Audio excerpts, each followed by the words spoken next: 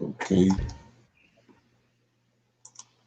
Shalom, shalom, everybody. This is Prophets of Awakening. This is our cyber class for 26th of September, 2020. Uh, we're gonna, we're gonna do a moment of silence in regard to the Lord of Hosts and all that He's doing, um, manifesting our deliverance that was prophesied long ago, and we're gonna go into a prayer after that. And then we're gonna go into where we left off last night on the video, Gods of Egypt, about Bobby Hemmett. Okay.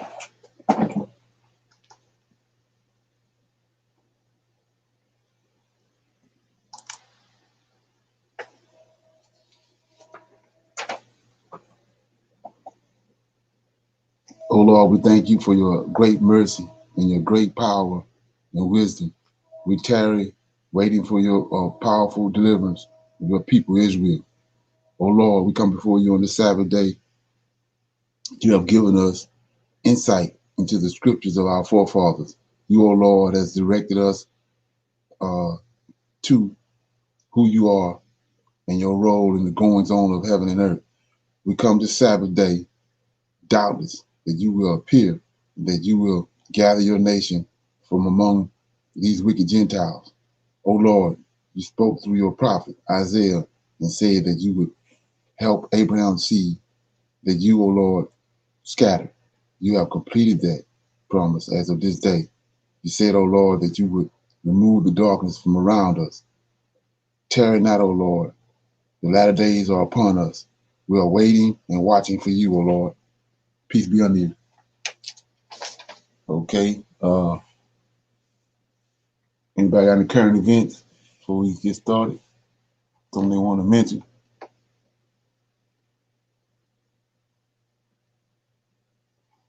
No current events? Okay. Let's see what we got. Yeah, I was gonna say I wasn't sure if y'all had mentioned or talked about the Breonna Taylor information that came out. Yeah, what about it? The fact that everything that told us about her wasn't real, and that she was, and her name was on the warrant. The police had a warrant for her. It was her house, and her name's on the warrant, and they had been investigating her since like 2000. Her affiliate and drugs. So the whole story they told was a lie. Right. You're getting the echo, and it's going in and out.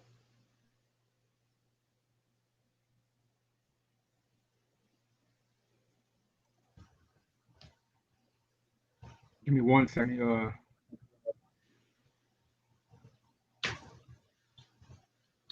Now? Yeah, it sounds better. Can you hear me now? Yeah.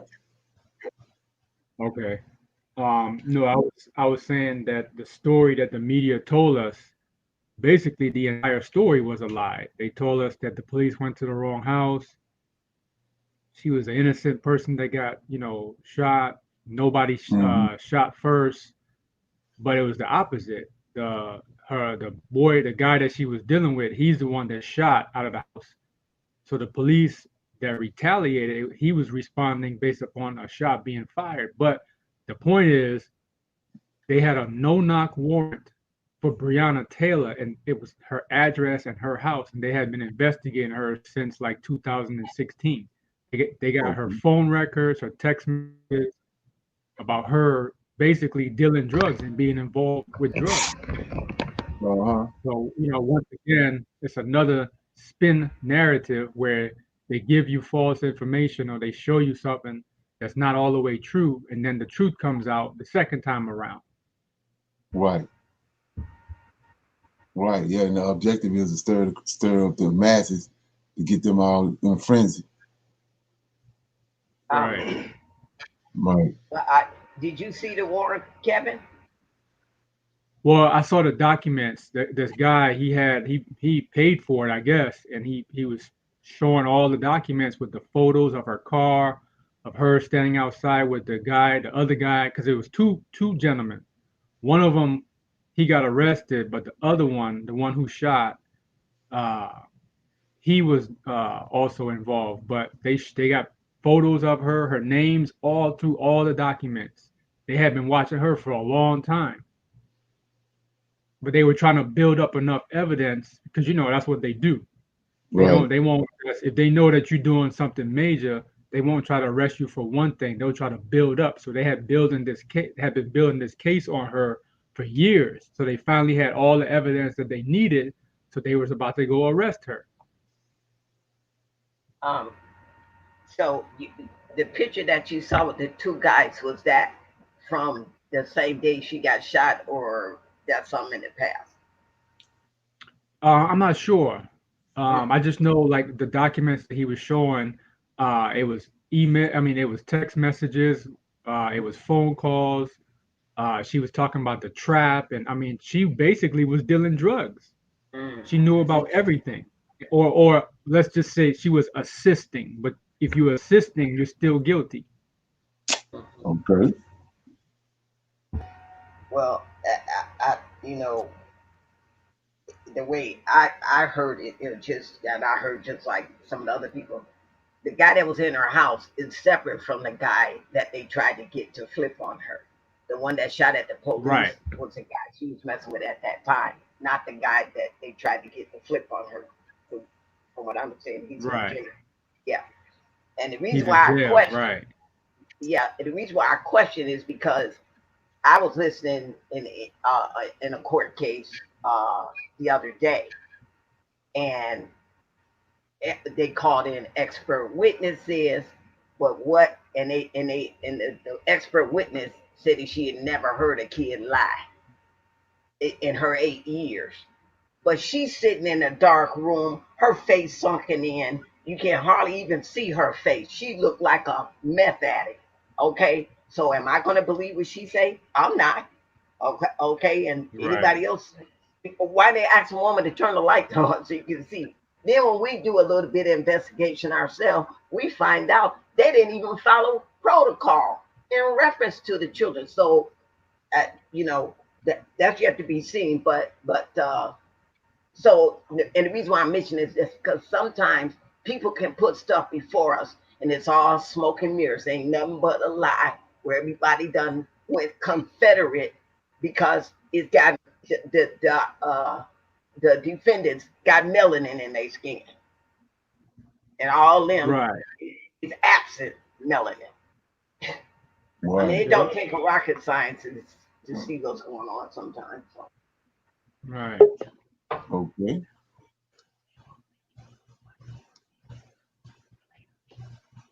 Wow. And then so we know too is they're trying to make us look stupid. That's really the whole thing.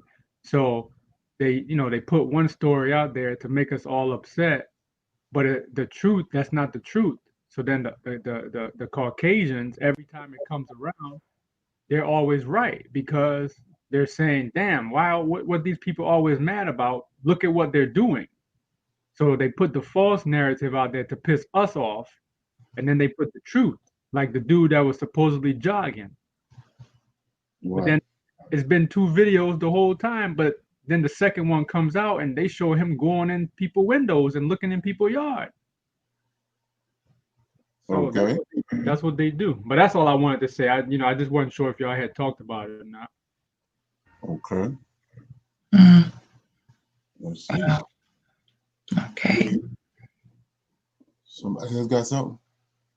I did. I just wanted to cover the story on Michael Williams. I don't know if you guys know anything about him, but he was the black guy that was found burning in a ditch in Iowa. They finally arrested 4 people, but then they're trying to say it wasn't racial because he knew one of the guys, but still, the whether it's racial or not, it wasn't right. They Right. did it. 4 white people, they did it, but they arrested 4 white people. It was earlier this week, so I was happy to at least hear about that. Right. Well, how is it not racial when 4 white dudes burn a black man? Exactly. Yes. That's Yeah, crazy. yeah, he could have known all of them. That still don't mean it wasn't racial. Right. Okay. Exactly. It's Okay. crazy. Yeah. Um, Right. I I want to comment also on that video that you sent me, Michelle. That's deep. That's deep. That's some serious business right there. That means just about every freaking thing they doing is satanic, Exactly. Luciferic. Yes, ma'am. You're Okay. right. And I mean, if it, how we got this intuition thing, and sometimes will hear something and or see something, and say, hey, wait a minute, that don't look right. That just ain't right. I'm telling you, man. Oh my goodness. Right. That goes back to part one from last night, that melanin. Oh, Because when we know something's not right, that melanin working. So oh Right. yeah. believe that. Absolutely. Yeah, Right. I got that. Yes, Believe We that. Yes, absolutely. ma'am. Yeah. Believe we that. ain't zeroing in on that. We're not Huh? zeroing in. We ain't zeroing in on that. That's what I'm saying about Creator says, first of all, right out the gate, he tell you that the sun and the moon is in the sky for signs. And one is for signs for us.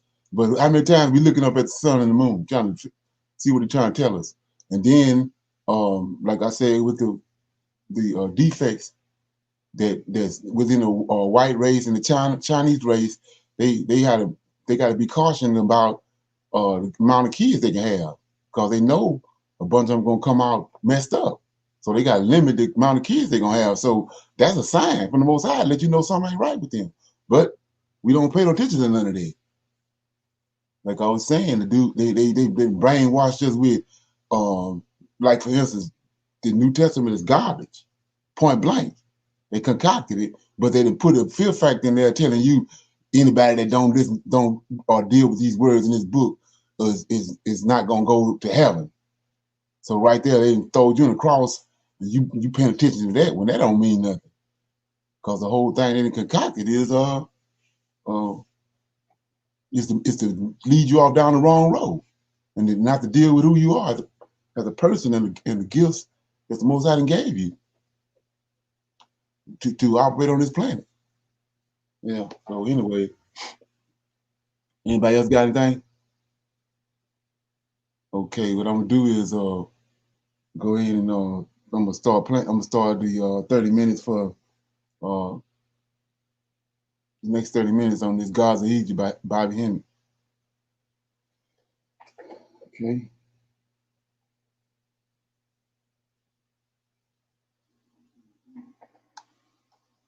That Herod is also serious.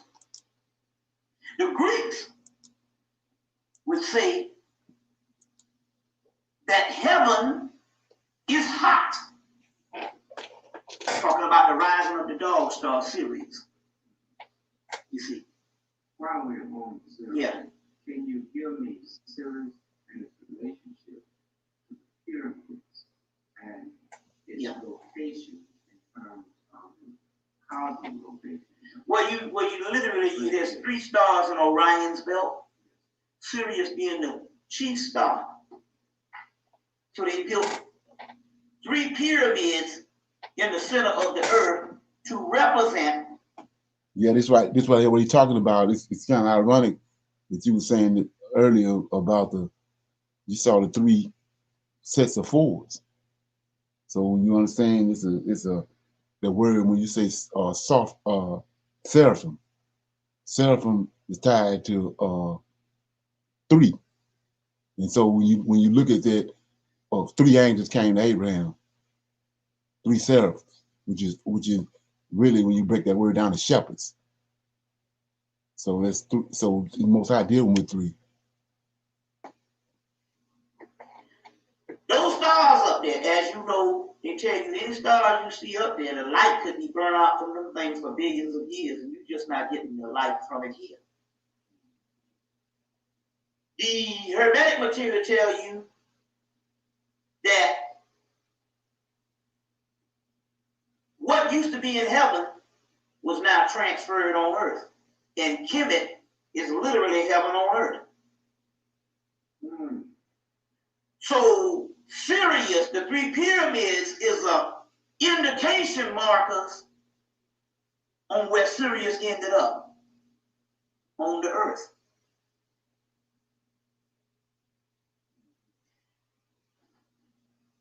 You got three pyramids in the Giza Plateau, which was also called the Babylonian Plateau, which is one of the earliest names, or the Restyle Plateau, or the Rasta, where you get the word Rasta from. The word Rasta comes from the word Restyle, which means rest in place of the lion. You get the word Rasta, which is in the Book of the Dead, but also in Graham Hancock. Yeah, I want to shine a light on something right quick before we go. So you see how he's talking, and you know, like I said, these fallen angels came down, you know, and they ended up in Egypt. So they the ones know about the cosmos. They know about Sirius and all that. Another thing you have to understand, Genesis 1:1, Most High is coming. Him and the Lord of Hosts is coming back to the earth from where he had caused chaos, which in the Hebrew word tuhu, he shut everything down. It was a flood. When we come back to it, the whole earth covered with water. That was the first time he flooded the earth. A lot of people don't know that, but anyway, so before that, all the planets was in operation, and that's how when you understand that, you can bring in all these. When you start talking about Sirius and all that, and there's a constellation called Draco, where when you break that word down and go to dragon, which go to serpent. We know that Satan is a serpent, and the priesthood that came out of Egypt. I mean, it came out of it was cast out. They all tied. They all them. You know, it's all tied together. And so you have to understand all that. So what I'm getting ready to read is understanding this. Then you get a better understanding of what Nimrod was doing. Let's look at it right quick.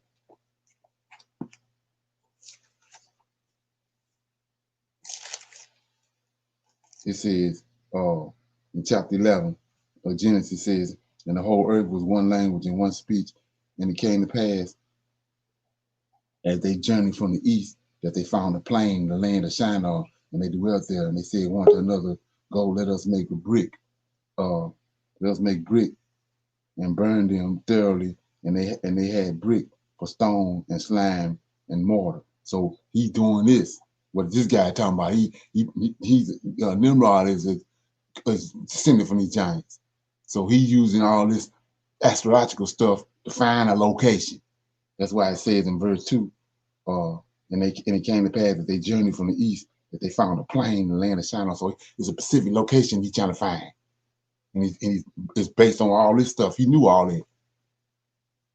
He's dealing with these fallen angels. Anyway, so I just wanted to put that in there.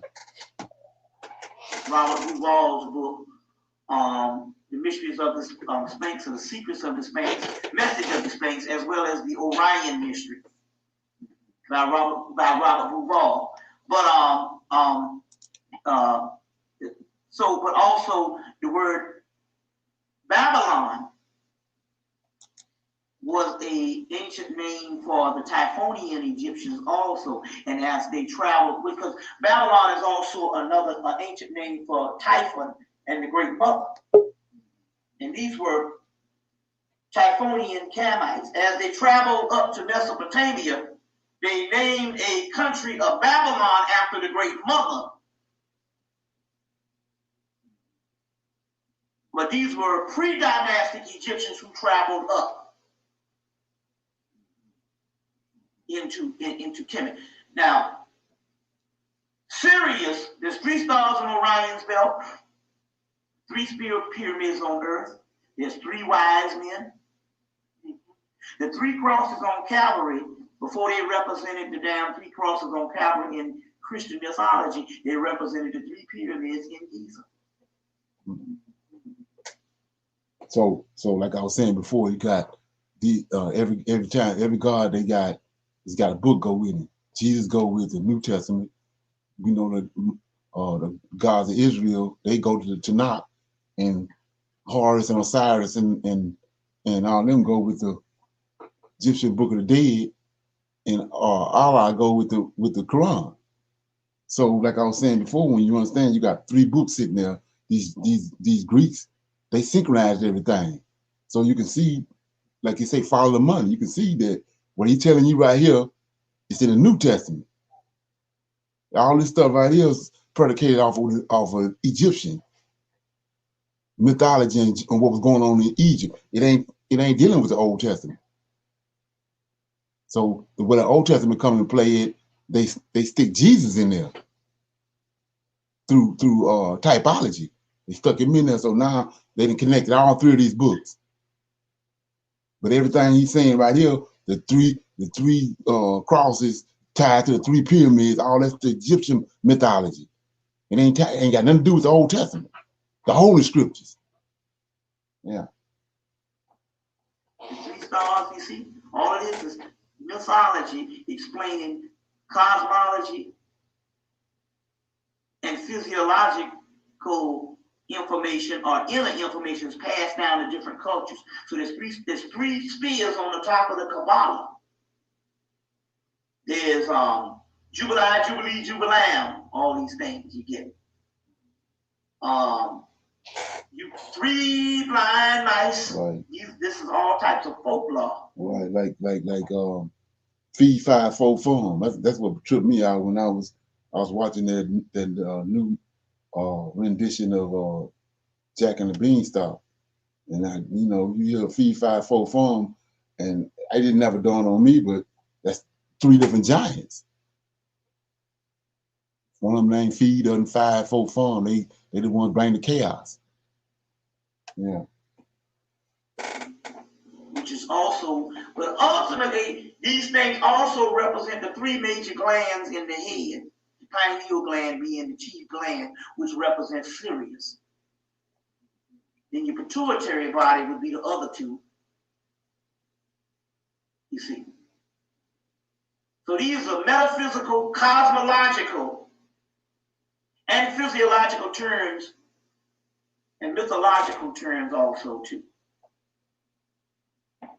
Give you an example. There's one in the Gnostic material, and I have to explain what that is. The Gnostic material is basically what your Christian, the iconology of what Christianity is. The iconology, where you get the wording, the Christ, Mary, all that stuff, comes from the ancient later day Egyptians who spoke Coptic. Coptic is a later day Egyptian Canaanite. Right. So let me go into that right quick. So this is important. So here we go. I was showing you right here that show you where Gnosticism comes from. This is where Constantine, he stole Gnosticism from the Gnostics and got at the Council of Nicaea. So right here, this is what I was talking about earlier. So show you in show you real time. So this Horus right here. This Horus. That's Osiris and Isis, and he was killed. His body was teared up in all these 17 different parts, and his phallus was stolen in the Nile River. Crocodiles ate it. So when Isis went and gathered all the parts up and mummified him, that's why they mummified him. She put him back together, but she didn't have no phallus. So she made a golden phallus, and she got over him and flapped, turned into a hawk, and got over him and flapped her wings, and she got immaculately conceived him. Horus, this guy here. So when the Greeks came, all this stuff is mythological, right? And the sun in the sky is Horus, the sun. The sun was Horus. But they came and made Horus a person. That's the Christ. That's the black mother. They got the black mother, father, and son that came from this. But the Nazis came. And the Christos was, they made a human. The son was personified as had human characteristics. When the Greeks came and synchronized it, they made this dude a real man, which is the Christ, which is in the Gnosticism. So we didn't know all this stuff until recently. Let me show you something. So here goes some books. See, you have to read secret books of the Egyptian Gnostics. These are Christians. These are people that they had to kill when Constantine stole their religion and turned it into Christianity by synchronizing what I just told you. He synchronized the Old Testament, New Testament, and synchronized the Tanakh with Egyptology, and we already know they come out of and Buddhism and all this stuff connected together and tied to this. Stole it. They needed a new god, so he went and stole the god that they concocted off of Osiris and all them, which was the Christos, the Black Madonna and Child. And so, like I said, here we go. Jesus, like I said, you see, when you're looking at him, he a monk. That comes out of Buddhism. But see, he got this Gnostic. He got Gnostic ideologies, which is this when they made this dude real. When they come out, just made him white. So, and then this is what really blowed it out the water right here. They stalked it, just like they found the Dead Sea Scrolls. See, we found out. Let me show you this. See, that's the Dead Sea Scrolls. So this the Most High at work. So the Dead Sea Scrolls, they found all those scrolls in Qumran with those Essenes was dealing with. And so now we got a bird's eye view on what was going on back then because we got these scrolls. Well, this was in 1948. And remember now that Israel became a nation again in 1948. So they ain't, you know what I mean? But anyway, these Nag Hammond Library, they found all these scrolls dealing with the Gnostics. That's the Most High. He said that the rocks was going to cry out. Well, they crying out. They found these in 1945. They got all this, it's all Gnostic. You know what I'm saying? So that's how all this is understood. And like I was saying, who know that? They even got a Gnostic Bible. And then, like I was saying before, when they was in this the Gospel of Barnabas, they didn't put this in the Bible because of why? Because it's Gnostic. And so this is what they was dealing with in Alexandria, Egypt. I told you, Gnosticism come out of Egypt. They dealing with the Old Testament and dealing with Greek mythology, and they was concocting these books. They had a huge, big old library with books from all over the world, knowledge from all over the world. They go in there, have an orgy, then go in the library and concoct them a book. Meaning they're tied to the Old Testament, or tied to some prophet from the Old Testament to make it to give some credence. It puts a few truths in there with it. So now you can go just like going and making cornbread. Now you know just what to go get and what to leave out. Because when you got the understanding of what's going on. So yeah. So like I said before, who knows about these Gnostics? These are people that was being put up in these in the arenas, killing them. They was killing them off. They the ones hiding in the catacombs. And they telling you they was Christians. Okay, so let me anybody got any comments or questions on that before I start the video back up? Because it's utmost importance that you understand, get that link or Gnosticism. Research. Okay.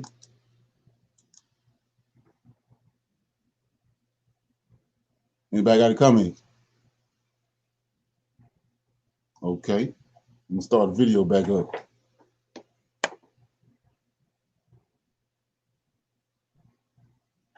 They took the Coptics developed after Melanetta started dying out, and basically they took Melanetta and they transferred it from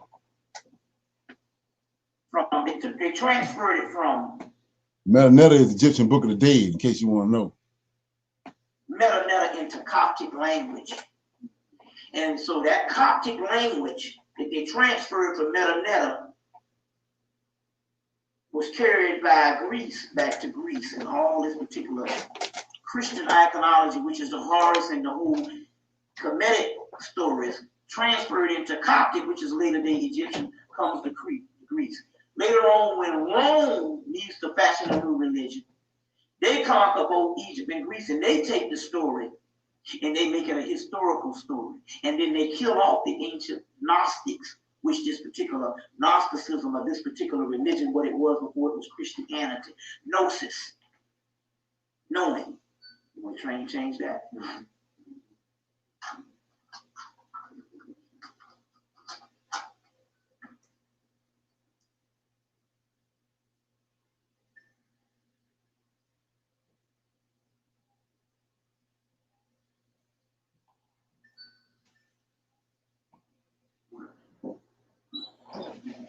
And so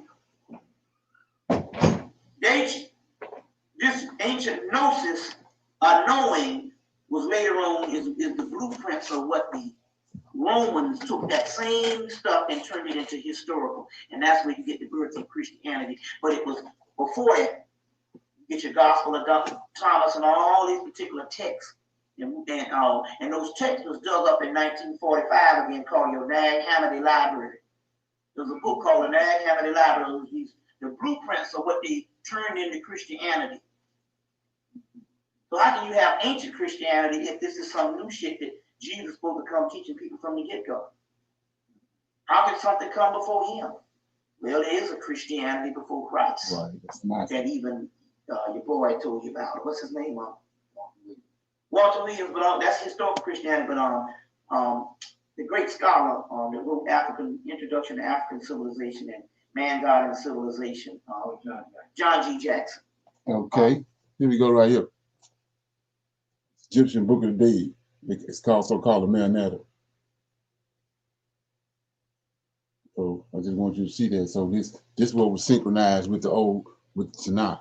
And they're using this right here to make the New Testament. So, and then like I was saying, like I was telling you in the King James Bible, it says Jesus is spelled, it wasn't no J. It was I. It was in the King 1611 Bible, the original one is Issa. I-E-S-U-S, Issa. And here it is. That's Issa right here. And this is Caesarion, son of Isis. Wasn't no J. So you see how all this stuff is coming out of Egypt.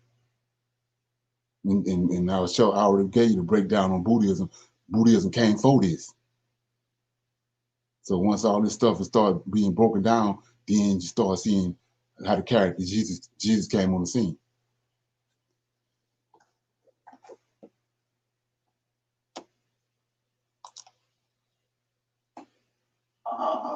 John G. Jackson also too. So all of this plays a part in the science also too. You wanted to say something? Yeah. Oh, yeah. Well, actually, you mentioned it earlier.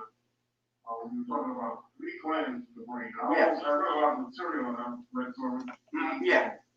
So some of the tapes by people from, and as far as I understand, 2 glands. You're saying that the pituitary is a double gland, or what? Well, they call it the pituitary body. So obviously, it's got to be another gland somewhere. You see what I'm saying? If they say the pituitary body, you see what I'm saying? It's probably worth looking into, and I probably can come up with the answer in a matter of days if I just go and just focus on it. You see what I'm saying? Also, too. You see? Yeah. And one other thing I want to ask you is that. Yeah. So I see somebody made a statement that when he was told to avoid the Gnostics, well, it's by all rights you avoid the Gnostics because it's Egyptian mysticism. That's why they say you to avoid it. It's like I said, it's the melanin that the Most High gave us as a gift turned upside on his head. That's what they was doing in Egypt, these fallen angels. The mystery system. That's why Paul got to seek a mystery. You know, the prophets ain't got no mysteries. You don't see them talking like that, but all of a sudden Paul got mysteries. That's because he dealing with the Egyptian mystery system.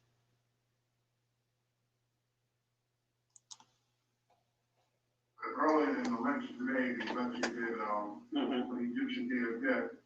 You said that the seed underneath the intestine. Yeah. That was who we really were. Yeah. What does that mean? What does that mean? you say that's who they are? If we were something other than physical, and we were something other than physical, you got to understand that there's no such thing as time and space. There's no such thing as size. So something can be infinitely small. And in most cases, that is the most powerful in the universe.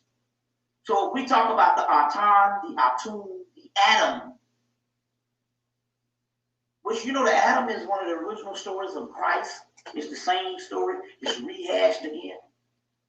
The atom, the atom, the seed of Israel, the stone, all this stuff is talking about a primordial point or dot that who we really are. But since there's no such thing as time and space and size, it's infinitely large when you look at it as the concept of the great mother Newt, and infinitely. I'm sorry about that. I'm asking you to make a donation.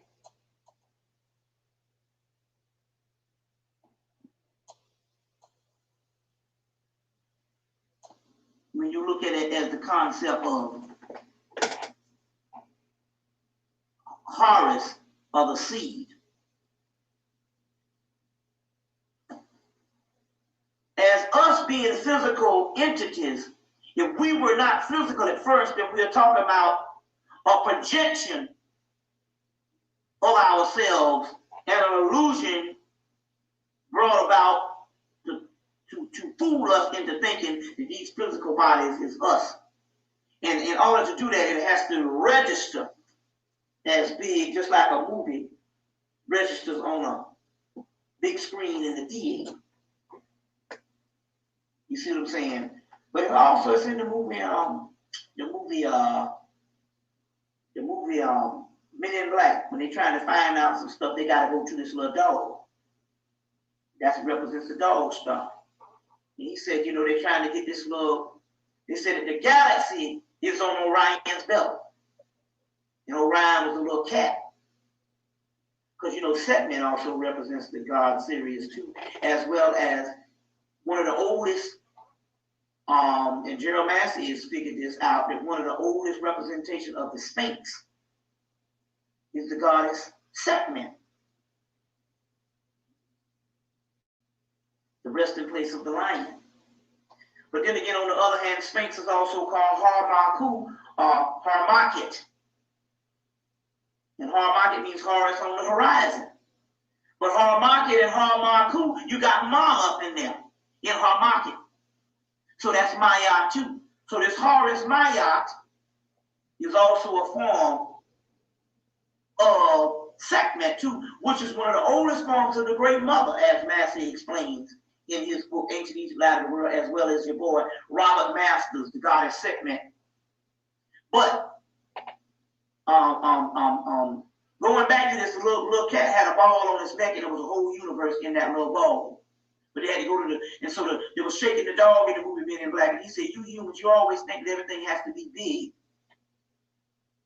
to be legitimate or to be worth anything. You see, it is the atom that explodes the earth. You see what I'm saying? Something invisible like gas can burn down this house and kill everybody in it. So the concept of this seed being in us and all what we are, the white boy calls it now nanotechnology. And Right. So I want to expound on that because what you got these angels, which is Most High created in the very beginning, the seven. Well, when we were dealing with them, dealing with their characteristics on what their roles are, well, they dealing with the human, Adam's seed. Like I just showed you, he said they got a soul. You know, you let your mind wrap around that. But anyway, so what's going on? Well, you got this melanin that we see that when the body being formed, that melanin comes into play and it's around the fetus and it's around the fallopian tube, it's around all that, so that this kid can be born perfect. Okay, but at the same time, this the dot he talking about, the angel bringing it. And he said, he mentions there, he said, where you at birth, at conception? You at where you at? You know, how you gonna question me about something? You where you at conception? So it's an angel bringing this and putting that in there. Well, what you talking about? Well, David informs us that when he died, Moses came to get him. He came right back to get the same thing that he placed in there at conception. So it's just like a hen with eggs. She's sitting on the eggs. There's something in the eggs. Well, that's what the human body is. There's something inside it that these angels watching. That's why they call watchers. And then when it comes to fruition and they serve their purpose, then they come get them. That's why I say Abraham gave up the ghost. He came in there and communed with Isaac. Then he went over in Jacob's tent and communed with Jacob. Then curled up in the bed and gave up the ghost. Moses went up on Mount Sinai. Up on Mount Nebo, gave the ghost up. And he said, what? Gather back to his people. Who gathered him? These angels. So that's what's going on. And basically, that is the harvest seed that is inside of us, and that's all who we are. See that? Seed. And so he said, when they was in Egypt, throw all the seeds in the water. Kill all the seeds and keep the women alive. Is that seed like the chakra system, a type of spiritual seed, or is it a real gland? No, this is an invisible particle of light. That's the angel brain. It is the particle of light that is now the primordial unknown God that existed before this universe Yahweh came into existence. It is the Alpha and the Omega. The Christ seed. So we're talking about a finite spiritual seed. And the chakra system is nothing but manifestation of the energy that make up the body. But ultimately, that concentrated energy is this particular seed. But this seed is the ultimate reality in the universe. And it's inside of every last one of the original people. Now, we must understand this right now. Everybody walking around on the earth, including black people, are not necessarily the original people now. Okay. You see what I'm saying? Because we got tons and tons of offspring to you have now got this. Yeah, so the original seed is Adam. The man on the 8th day, he formed. That's the original seed. I read it the other day. And Adam became a living soul. He breathed into him and he became a living soul. That's the original seed. And that's why he's telling them don't intermingle with nobody else and mess that up. And now he's getting ready to talk about these cuts. These cuts that came on the scene from disobedience. Just basically people that have a spirit, but not necessarily a soul. There's a difference. So what are you talking about? Is the spirit is a cockroach got a spirit in it. So he got life. He moving around. Or a snake, a goat. They got a spirit in them to move around, but the soul is separate. That's what the angels brain put in them. That's the holy race with the soul in it. Okay. A spirit is what animates you and even animates white people. See that? White men got to move around. And even animates the roach and the rat. That's just the energy that moves on the earth plane. Right. Electricity. You see what I'm saying? But a soul is something different. Not everybody has a soul. You see what I'm saying? Not everybody has a soul. Because you got those that wasn't created outside of the earth. Come on now. Which means that they are terrestrial beings. Their origin begins here on this planet. Well, let's look at that right quick. Go all the way in on, I'm in Genesis chapter 6. It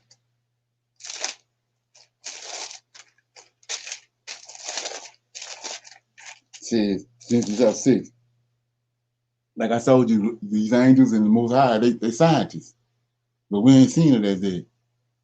It says, it came to pass when men began to multiply on the face of the earth, and daughters were born unto them, that the sons of God, these angels saw that the daughters of men, that they were fair, and they took them wives of all which they chose. They went into them, got seeds. And the Lord said, look at this, what he talking about right here. And the Lord said, my spirit, you're a scientist, my spirit shall not always strive with man, but that he also is flesh, yet his days shall be 120 years. So this spirit right here, that's in these, from this union of these angels and these women, it ain't come from heaven. That's why he said it's terrestrial. It's down here on the earth. Well, what the hell is it that's tormenting us today? These same spirits. The body died, and the spirit's still here, tormenting us. And the Most High said, gonna torment us until to the end, till he come back. Okay?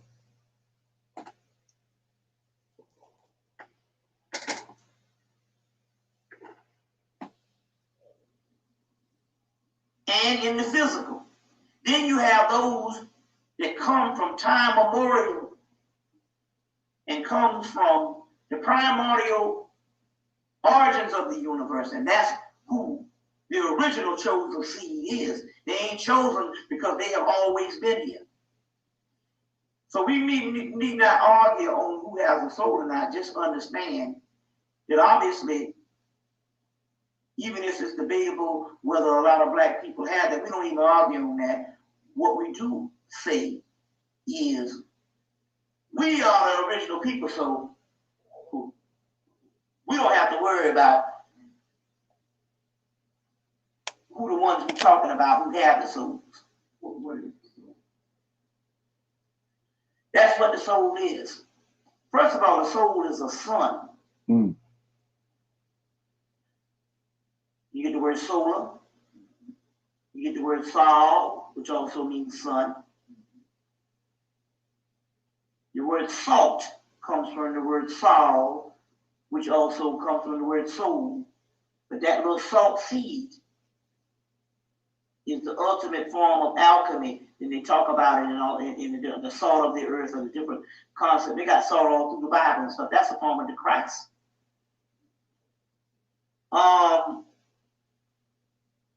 The soul is a sun, but it's not just any sun.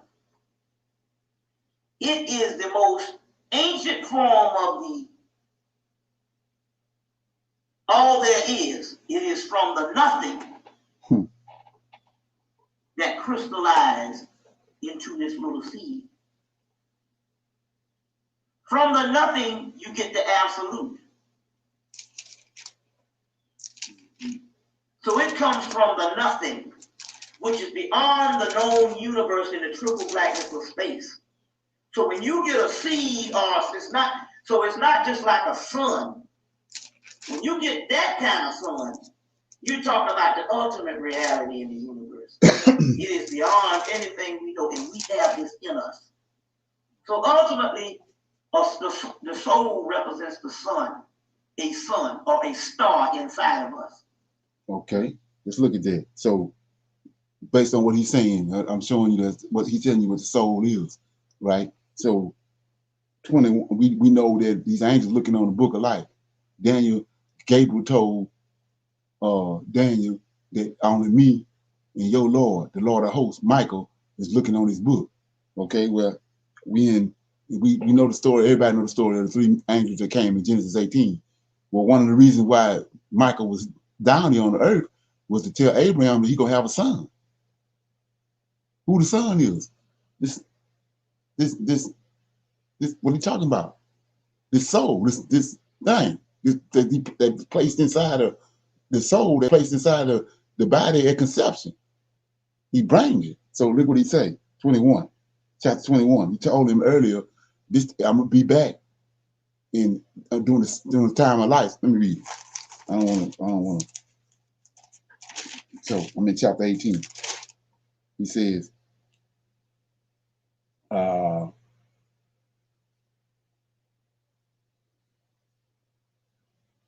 says 11, 18 and 11. Now Abraham and Sarah were old and well stricken in age.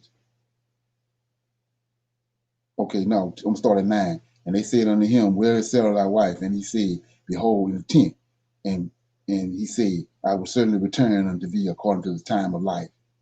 And lo, Sarah thy wife shall have a son. What he talking about on video right here. And Sarah heard it and in the tent door, and which was behind her. Now go to chapter 21 of Genesis, 21 and 1. And the Lord visited Sarah as he had said, and the Lord did unto Sarah as he had spoken. What did he do? He brought the seed. He bought it. Look at this. Did Abraham call the name of the son that was born unto Sarah Isaac? See that? Okay.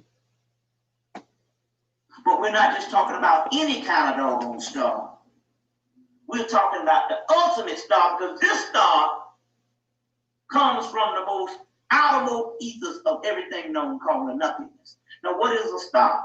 In the core of every star burns this black substance. Melanin. Carbon.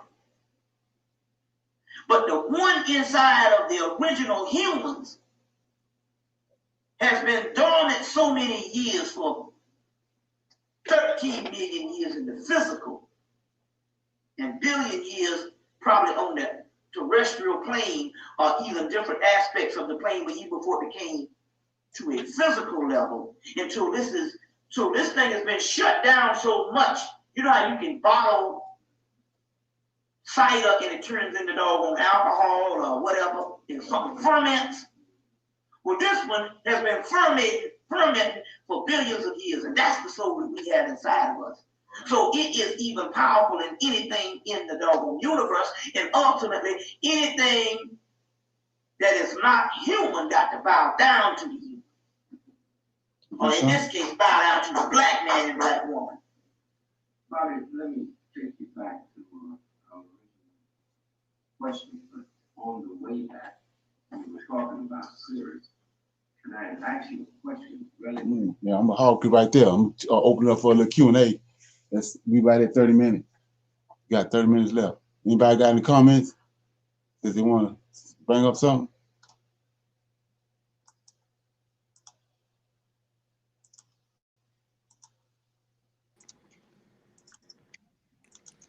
Shalom, comment? shalom. Okay. So when we talk about the spirit and the soul, okay, Okay. you say So the I have spirit. scripture tells us they knew us before birth, and that's Jeremiah 1:5. And that's Jeremiah 1:5. I just wanted to Okay. bring that scripture up. I wrote it in chat, but I guess you didn't see it. Oh, okay. Can you hear me? Yeah, go ahead. I'm gonna bring it up when you finish. Go ahead. Okay. When we talk about the Can you spirit not and hear the soul, okay, go ahead. Go ahead. I'll come back. Go ahead. Did they not hear me? Okay. It says, before I formed thee in the belly, I knew thee, and before thou comest forth out of the womb, I sanctified thee and ordained thee a prophet unto the nations. Okay, yeah. So that's the same. That's in the same vein that I just when I went to Genesis 18. I can hear you talking. Okay. So what you saying, Jeanette? Okay. You read in Genesis where the Lord of hosts said, my spirit shall not always strive with man. And then there was some conversation about spirit and soul. So Right. the Lord of hosts is saying, my spirit shall not always strive with man. And the gentleman that is speaking denigrated the spirit to just that part that causes the body to move. And I'm thinking that the spirit that the Lord of hosts is talking about in the passage in Genesis is more than just breath that makes the body move. The spirit and the soul. The spirit is what is the life part that makes it making everything move and operate. But it's Okay. also a soul. It's also a Okay. so the spirit is tied to the body. Okay. So is it, am I thinking about it correctly if I say the spirit gives the body life, but the soul is that whole melanin system? Right, and it's housed inside the soul is housed inside of that whole setup with the body and the life in it and all that. The soul is housed in there, and like he's saying, everybody got that part, the body with the spirit in it, but all of them don't have a soul in it. Okay. And so I'm connecting that whole soul thing to the melanin, the Yeah, carbon. yeah, Okay. the carbon. Okay. All right. Right. And when he talks about triple darkness or triple black, is he speaking of the creation of things that are outside of what we can understand? No. That's what I was telling you about right here. Let me show you this. See these right here. This is the they're gonna use the 4 million I showed you before. See the Mm-hmm. 4 million? See this Mm-hmm. right here? See that Right. one? Yeah. That's triple black. That's triple black. Okay. And so that's the difference in an angel and a human. These angels they got way more melanin. That's why they way uh, uh, more powerful than us. Okay. Triple black. They got triple. When you look up in the sky at night, it's triple black. Okay. Okay, yeah, and All that's what right. he means by it comes from the uttermost parts of the other side of the cosmos.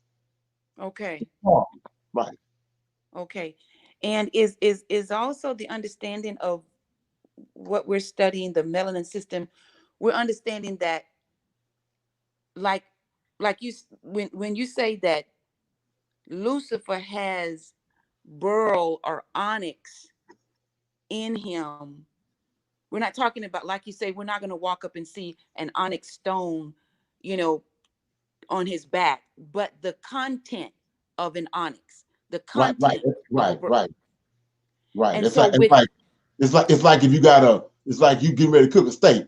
You go and get salt and pepper and all that it was grinded down. You got the substance of salt. You shake it okay. on the meat and that. So Okay. it's the same thing. It's the substance that's in the onyx stone that's in Satan. Okay. And then on the other end of that pendulum, within us is all of that which the creator used to make all that we see. Is that the Right. understanding? Right. That's in everything. Wow. It's in Okay. everything. And that's so like I was getting ready to say, so what you praying about? You know what I'm saying? When Yeah, you understand that, what you praying about? He gave you put all it in, it's all in you. and I guess of course I'm sure I'm still wrestling. I'm that's one of the things that I wrestle with is that I feel like well, okay. So I'm learning all that I am based on how we're learning that the Lord of hosts created us. Right. But in my human state, I'm struggling with not needing to pray. You know what I'm saying? I You know gotta it. pray. You gotta pray. You gotta pray. I'm just saying, when you understand this, what he done for us as humans, Yeah. then you know what I'm saying. But it's the situations and stuff that's gonna arise that you gotta pray. Uh-huh. But But I'm yeah, just okay. So, saying, it's gonna take away the stressful part of it that we get bent out of shape. Well, when you understand who you are and how he made you, I it's get no that. need to be stressed out. Yes, I thank you for saying that. I get. I It's like in Christianity they talk about faith, and actually in Christianity they make a big deal out of something that is not a big deal if we had all the knowledge of who we are. Right, right, Okay. Okay. But I right. get it when you say you pray, but you're not praying stressfully or like, oh my God, I Mm, hope he does this, right, or I hope he hears me. I am made from the same stuff. right. He already gonna do it. Okay. The act is you having an understanding, having to acknowledge him and call on him. Mm-hmm. That's what the Okay. trick on me, like what Daniel did. Gabriel told him, and he not only talking to Gabriel, he talking to anybody that read it. He said, "I heard you on the first day," Mm-hmm. and as soon as he heard him, he went to work working on it, but he got held up. Okay. So the Same gentleman, thing. yeah. Okay, last thing. The gentleman said a soul, soul, is a son, son. Is that right? Or is he saying a soul is a sun? He said they both of them. We said all. I showed you. He told Abraham and Sarah that this time next year you're gonna have a son. Okay. So the Okay. son is, and that's what he bought and put in when at conception. Okay. And so children born to Hebrew Israelites are sons, which means he has created another one of himself. Is that the way you think Right, about it? right, right. Which is they all one. That's why I was saying he looking down from heaven, he see all of them as one because it's just like the human body. The human body got molecules in it. All the molecules is in that one body. Mm-hmm. So it's one. So all of them he's looking at them as one man. That's why when you understand that and thinking like a Hebrew, he's talking in singular, but he's talking to the whole race of Israelites. Okay. And then that word son, as it relates to the birth of Hebrew Israelite children, is that interchangeable with a female child and a male child? Right, right. They go when they come together. So Okay. like I said, Abraham house, Uh-huh. well, all his Uh-huh. all his daughters and wives included in that. Okay. All right, All right. yeah. Thank you. Okay. Anybody else? Yeah. So clarity.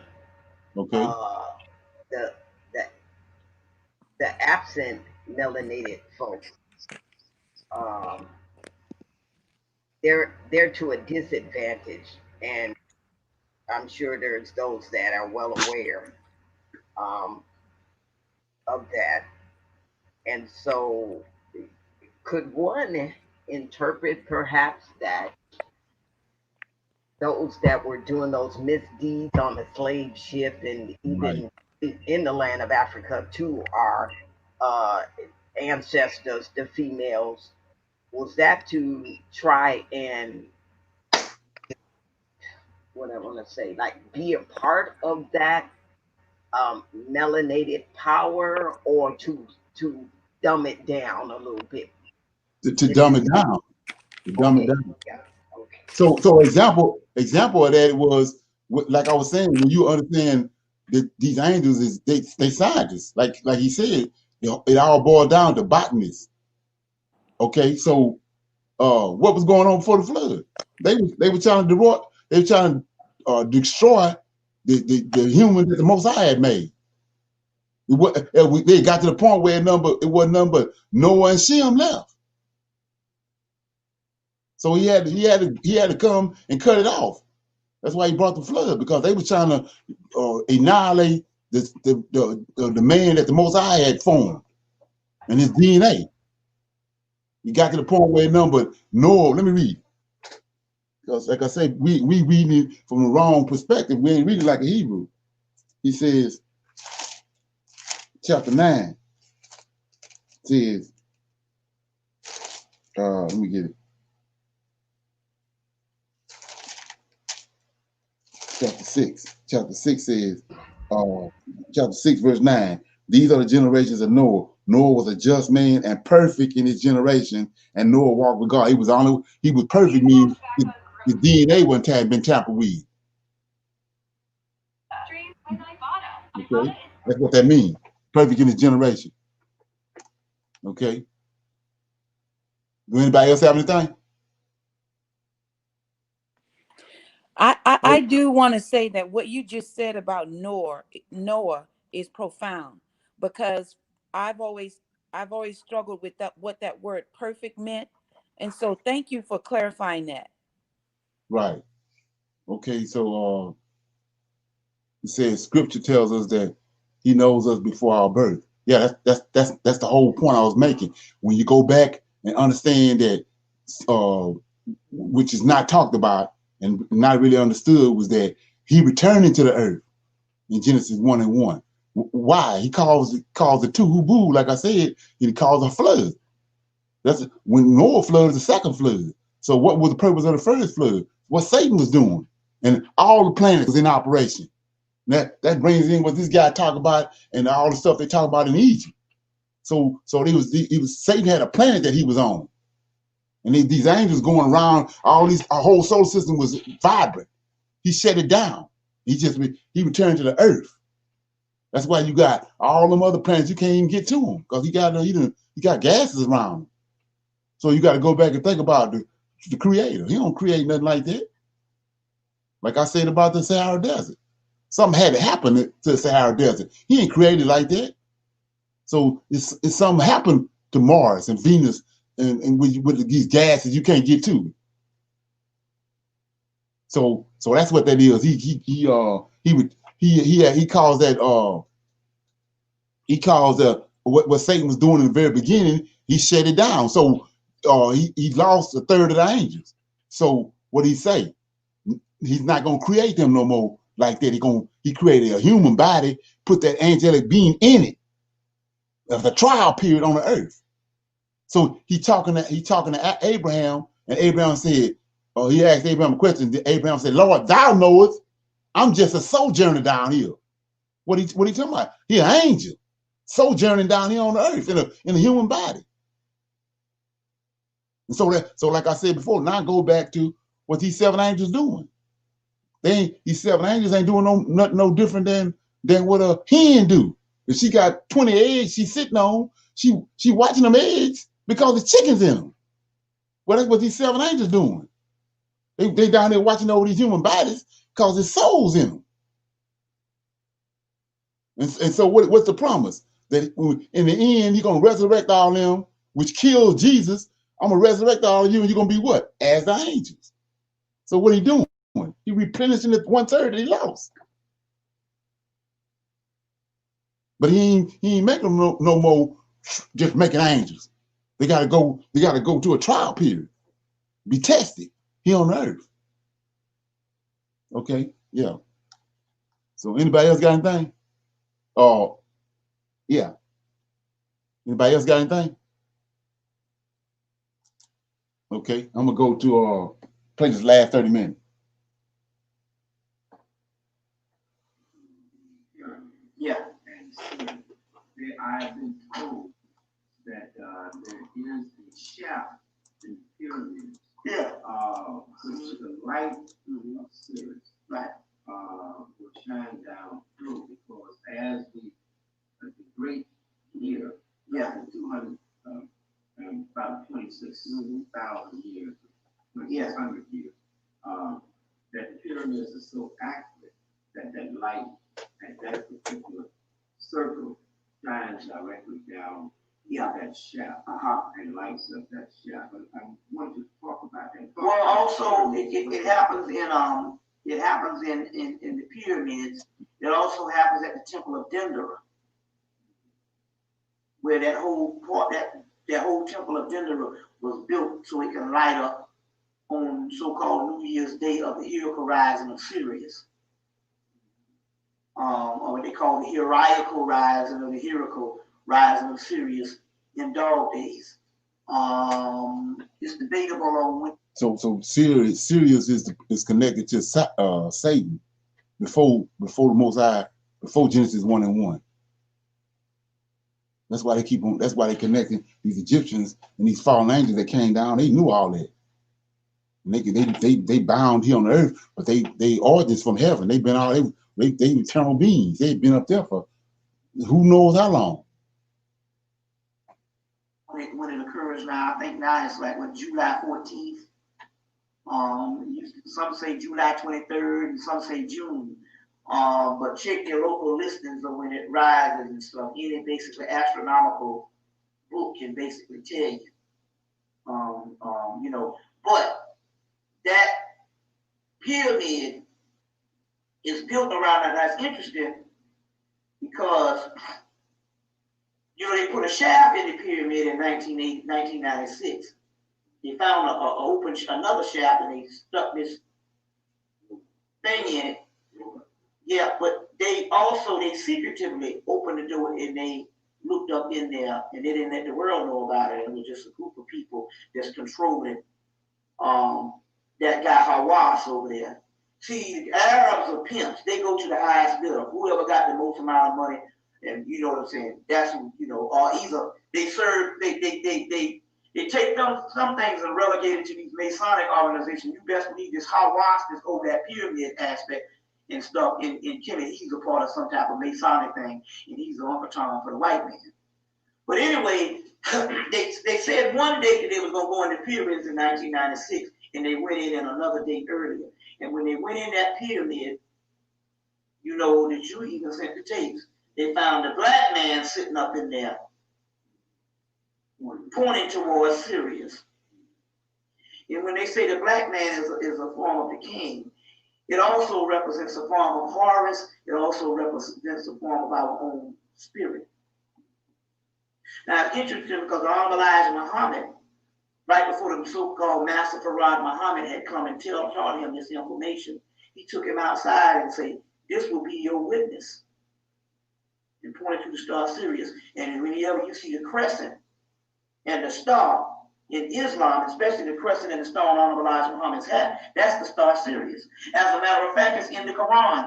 One of the chapters in the Quran is called the star, the surah of the star. But what is the star? Because we got the surah of the cow, the surah of the moon. The cow represents Sirius as Hathor. But what is the surah of the star? It said this is the star that both created male and female from one single ejaculated semen and will create all things anew. He is the Lord of Sirius. That's who Allah is in the Quran. That's your link. So who is the Lord of Sirius if you in ancient Kemet? It would be Osiris, which is Greek for Sirius. You see. Or it would be Isis, Aset, which is also called the seat of Sirius, the stone seat, the seat of Sirius. As well as Horus is connected with this thing also too. Is connected with this. Our sun goes around our earth goes around the sun every 365 days. Our sun goes around a greater sun every 26,000 years. And that greater sun is Sirius. Our sun is only a relationship to a greater sun as a son to a father. Our sun only reflects the light of a greater sun, Sirius. That's why you can't find that sun when you go outside of the atmosphere. It's pitch black up there. The only thing you can see is bigger stars like Aldebaran, I think Regal, and Sirius. Or the light that used to be Sirius B before it collapsed. So Sirius B is Sirius A.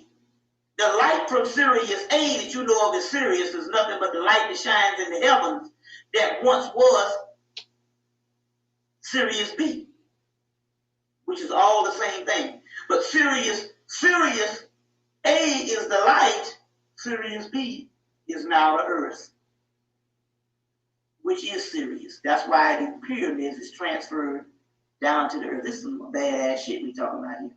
It's awesome.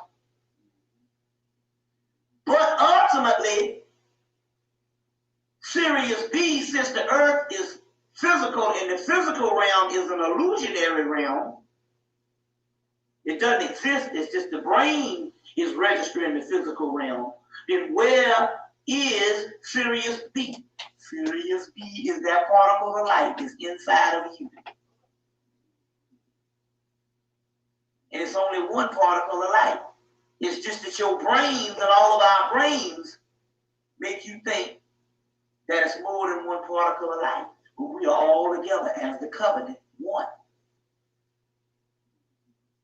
So that particle of light that you call the Christ is Sirius B, and it's inside of us. This is some amazing shit. How then, I want to connect more of the Egyptian pantheon gods. Particularly Ra. Right, it's a good question. You know, and see them now being reflected. Okay, well, let me give me this particular part too. Yeah, I'm gonna show you this right here, right quick, because we talked about it before, but I'm gonna show you again. Yeah, I don't have it. Yeah. So when you start talking about these, it's a pantheon. This is what a lot of people all said too. It's a pantheon. 200 angels came down to Egypt. And, so then it's a pantheon that's dealing with the Greeks. The Greeks got a pantheon. Well, Israel got it's 7 angels that dealing with Israel. So they got you thinking this one, this, and one there, but these people, these Egyptians was interacting with is a group of angels. So when you understand what's going on, there's a group of scientists that came down in Egypt and giving them all this information. That's what Enoch conveyed to you in the book of Enoch. He tell you what each one of them was telling them, what they were doing, that throw them off through the earth off, because they was giving them knowledge they didn't need to have. And the same thing going on with Zeus. Zeus and the pantheon and Zeus, the same beings. You have to understand that. Ra, which is the sun, is the inferior form of Sirius B, of Sirius. As the great mother and the whole complex of the primordial realm went dormant and went to sleep, as a result of it going to sleep, it casts off a dream and a reflection. And that reflection ends up being the sun. Ra only just represents a subordinate level of a higher level that is now in exile. Even if you get the Egyptian text, you can get Erotic Budge, Gods of the Egyptian. It's in there. It's also in The Legend of the Gods by Erotic Budge. It's also in some Fetish to God, Erotic Budge, and it's in the hymn on Ra and creation. Ra comes into creation by overthrowing the great dragon Apep. That great dragon Apep is Draconis, the great mother. Got different names. And it represents those primal worlds that existed before this known universe. So this sun is a light as a result of a fall, and it's only temporary. You see. Go ahead. What did it represent? It represented the light. It represented the light and the energy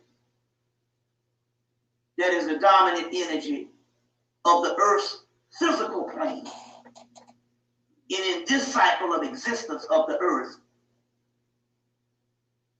physical plane. But it is not the ultimate reality in the universe. It is just the guide that we used in this physical aspect, and it was the God of our world in the physical realm. Now, in terms of looking, since most people are in a religious understanding, right? I want you to explain. And when you look at things from a religious standpoint, how would you juxtapose the Egyptian pantheon? We was talking about Ra and so forth. How would then one would understand how the Egyptians related to these pantheons in a similar form to what we would now be doing in religion? Good question. Okay, well, let me give you two sides of that. You had two chemists. You had the priest, and you had the everyday citizen.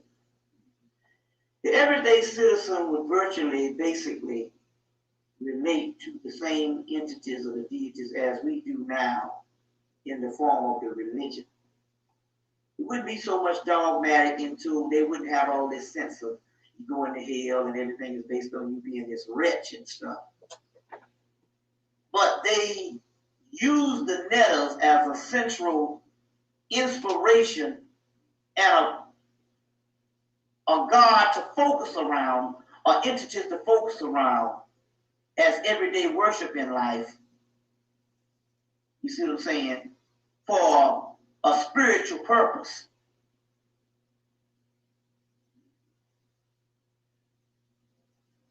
The priest understood it on another high level. But the initiate in Rudolf Steiner's book called Cosmic Hierarchies, he has an excellent part in there. He talks about how the initiates would go into the mystery system, and for 30 years of their life, 30 years, everything was centered around the gods, and they would believe that the gods were these entities that rule over their life. And then at age 30, they would come and say, you know those gods? They were once human like we were.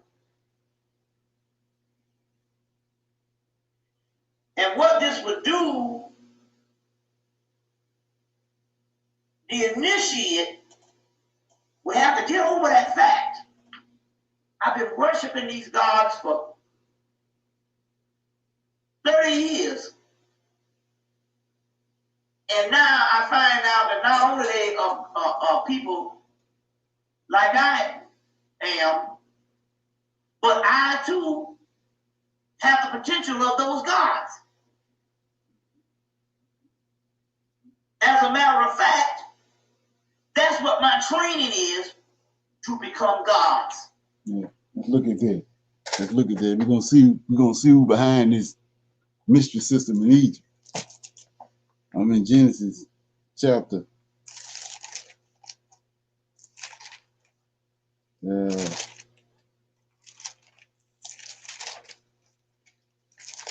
in Genesis chapter 3 when the serpent talking to Eve. 3 and 1.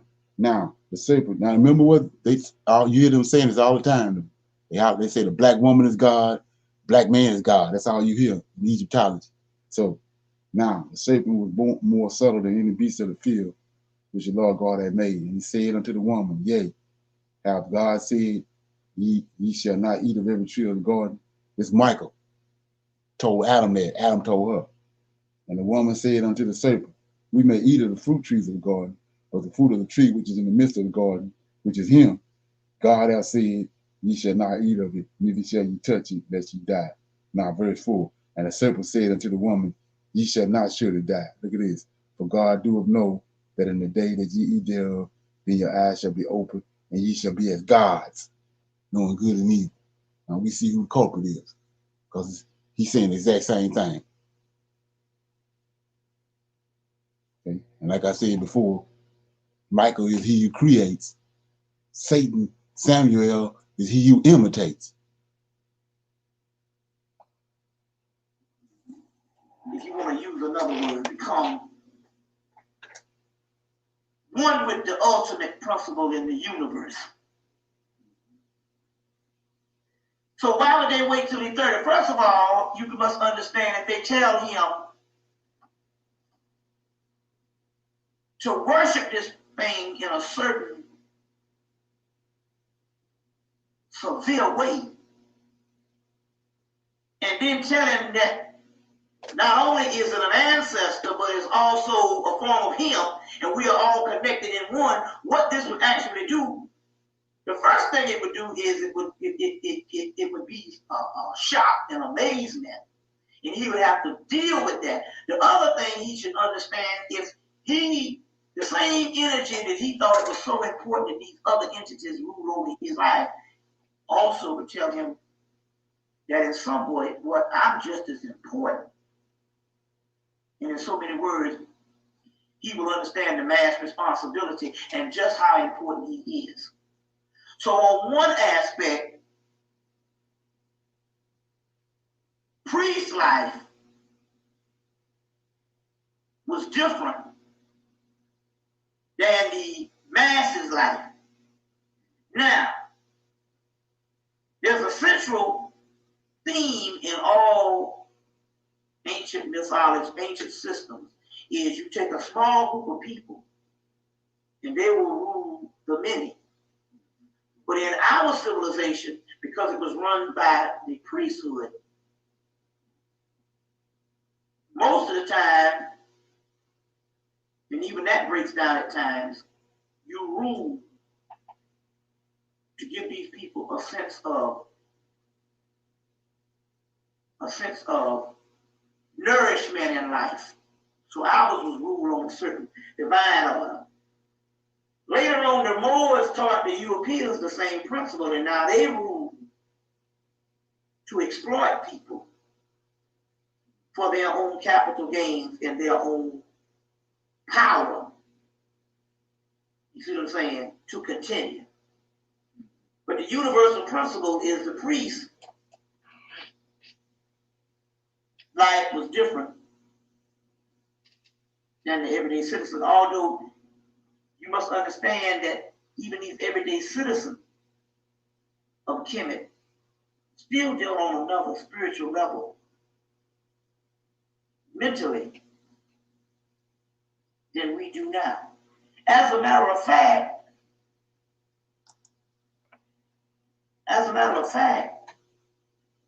we could somewhat say that Egypt wasn't, although it was physical, it was another type of physical. It was not even in the same dimension that we are now. Going back to that continuation of the teachings, because as you say, and you taught that you too are God. Right. And then there were principles laid down. There's a way to. Yeah, good thing you said that because I wanted to explain something. So I want to begin to look at what they left on the walls, why these principles are, and later on we're going to get into the continuation of these things, how we see them reflected in. One thing you got to understand is too, we got a problem of looking into the past with a modern mind.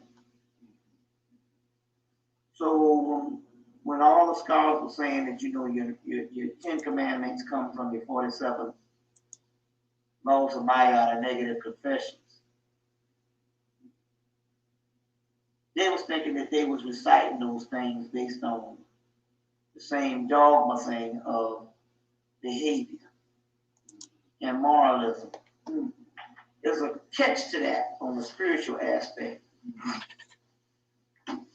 The reason why they would recite these things and say, I have not done this, and I have not done that, and I have not done this, and I have not done that. It's impossible for the human body to not do half of them things. It's almost impossible. It was not talking about the physical body. When it was saying, I have not done this, and I have not done that, and I have not done this, and we would recite this, it was not talking about what we didn't do physically, because it's impossible for you not to do something physically in 47 ways not to do it. That's almost impossible for you to adhere to that. The mystery was, and get this, they was not talking about what they didn't do based on behavior. They was talking about what their soul didn't do.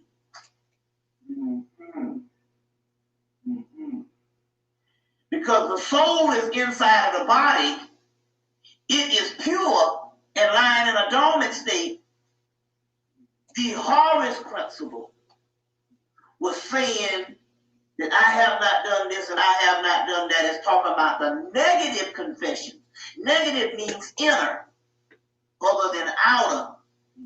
It didn't say confessions. It said negative confessions. You understand what negative confession means? It means outer, inner. So it was saying it was the soul confessing about what it didn't do, because the soul is on the inside of the body.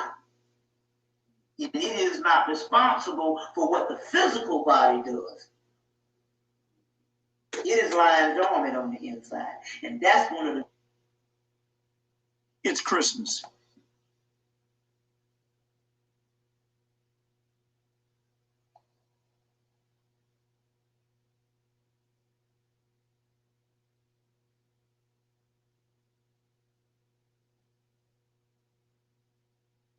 In later day religions, for control. We didn't spend the most of our lives behaving as we have done something wrong, because the concept of us being something to be ashamed of is not even an African concept. You see what I'm saying? So we don't have to apologize and spend all the time in moralism. What we are misconstruing is we're taking a Christian model and trying to line it up with what we see in the ancient world, and it don't go that way. These principles were applied to scientific measurements on how you even function on the physical realm of lining up energies. And you can line up energies magically to do your bidding in all types of forms of everyday life, including lining up energies on the way you thought to get through certain situations. So we're talking about gods in operation with the primordial forces of the universe, other than somebody talking about bowing down and got to appease God. So we're talking about an advanced ecological system and a spiritual system, which is science at work.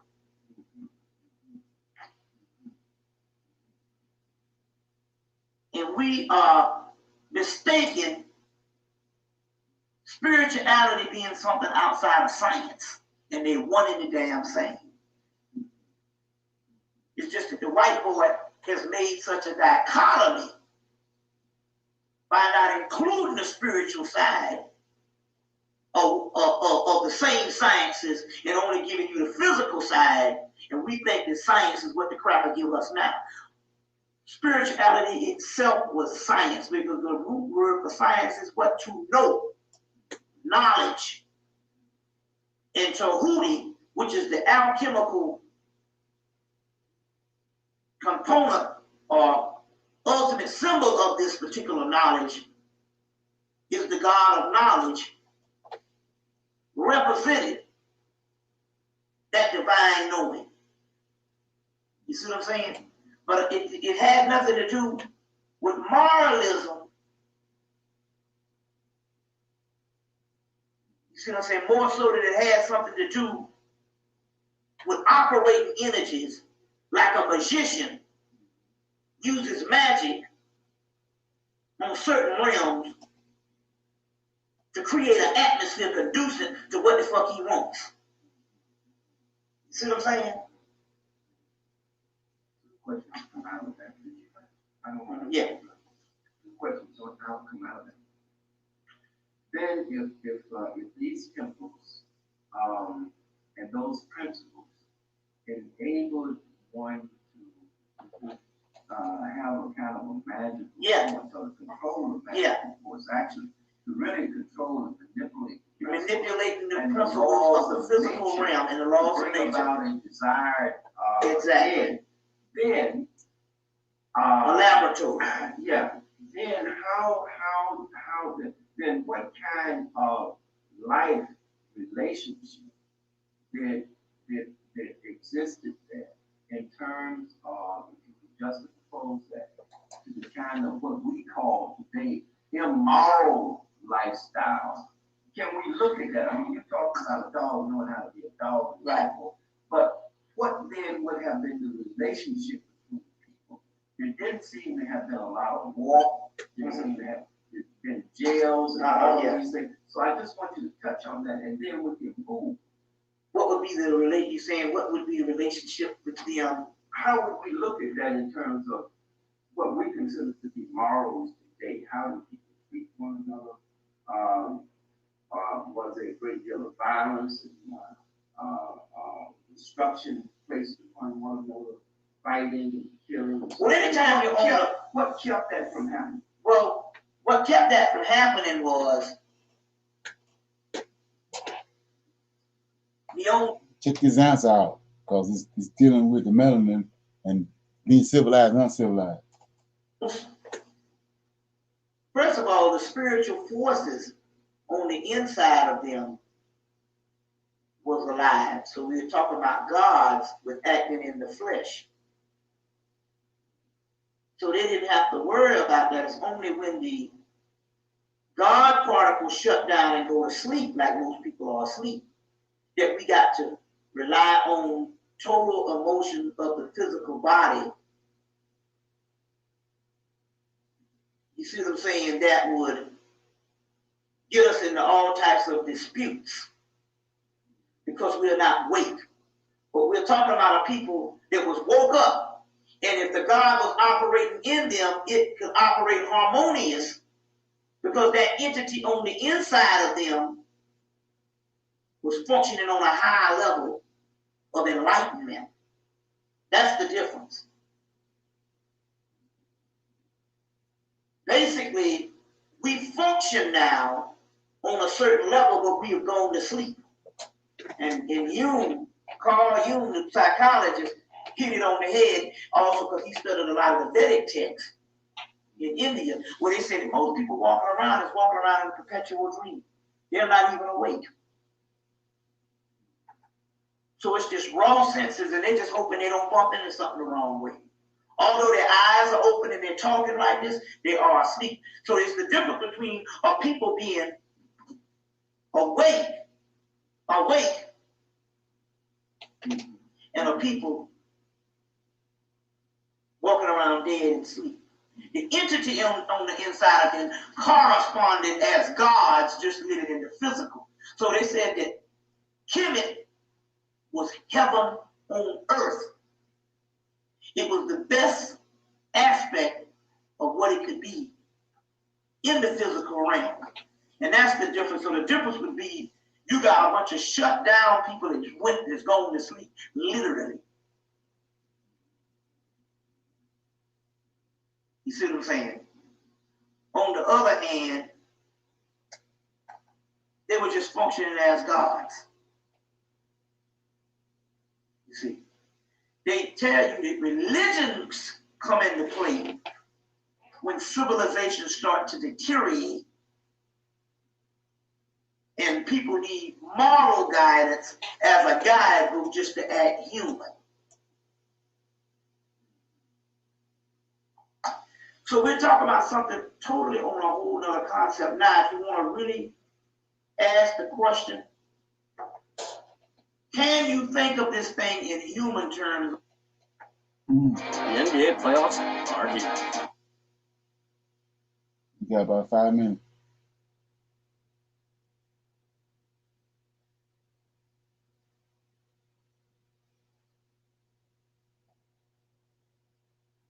It was like at that time. Yes. We can't even fathom it. Because the whole concept of what we know is based on the world around us is so alien to it. Even when they tell you that man only uses 1/10 of his brain, well, that was the white man that only used 1/10 of his brain. But because we're in a society that's based on 10% brain power, we only use 10% of our brain too. So we can't even fathom what a person who has the ultimate function of his mind, body, and soul. You see what I'm saying? So we look at that as this some real primitive culture. Ultimately, ain't great in America, but we're talking about something no different than when you see them doggone space age movies of the people that you know more advanced than you. The mentality that they had was even on another level. So Kemet was in a whole nother dimension compared to what we are. And I saw it one time when I saw one of David Roberts' pictures he did of Edfu Temple before the colors fell off. And I looked at it and my soul said, these people were not human. Not in the sense of what we think humans are now. Although they might have been on a physical body, the entire experience, the entire mindset was on an extraterrestrial level.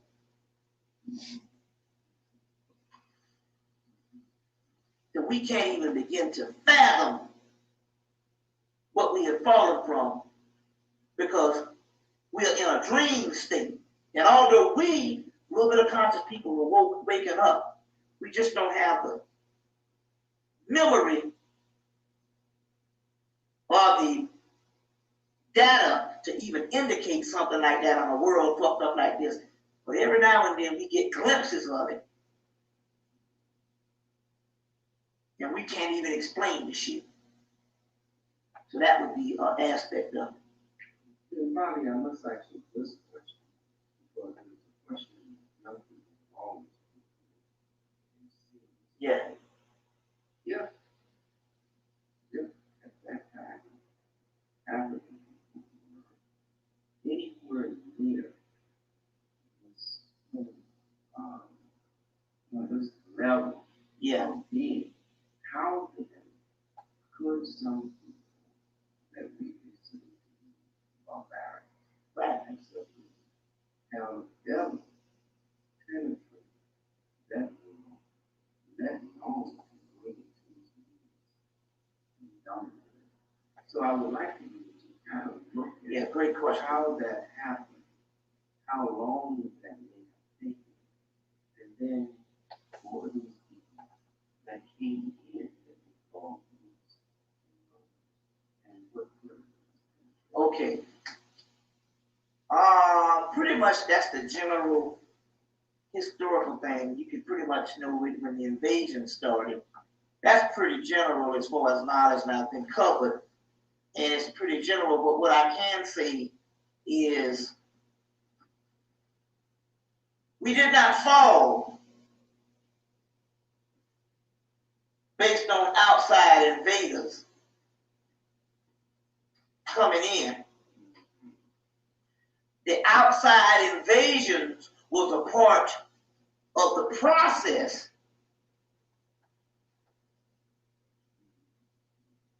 of a twilight period and a shutting down period to go to the next phase in this whole hopeful things. And as a result of shutting down and have to go to the next phase, these things came into play, no matter how horrible they may seem, as a result of what it had to take to go to another phase. Now, you must understand that we had spent millions of years, we never know, it's older than what we think it is, talking about going to another afterlife. But in order for that afterlife to take place, there had to be a process to happen. In order for that process to happen, you had to have a tearing down of the life that made the civilization we call humanity, that we were a part of, great. You understand what I'm saying? And in order to tear that down, you had to have a mass form of deterioration, regeneration, and straight up disintegration. And basically, in the process of this happening, all of the other things came into play to bring that about. Because ultimately, we think that we are in control, and we are not. The spirit realm that's on the inside of us dictated how it was going to bring itself to the next level. And as a result, it brought certain calamities to the outside to condition itself on the inside. And ultimately, we were talking about we were not a part of the physical realm. So ultimately, we're not a part of the physical realm. The physical body that we have grown to know as us does not have the ultimate say-so. It is the entity on the inside of us. And that entity on the inside of us had to put a certain situation and conditions together to give itself the type of nourishment that it needed to throw off this physical body. And it could not throw off this physical. Okay. So we're gonna open up for Let me Q&A. ask you a question. Do you want to get a little? Give me 1 minute.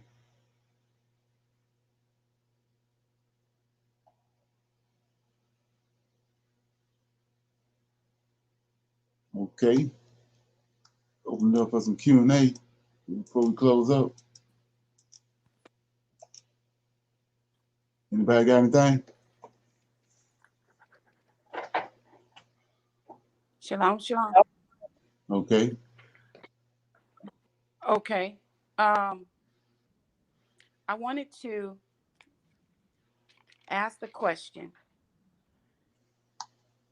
In the Hebrew Israelite nation culture, are we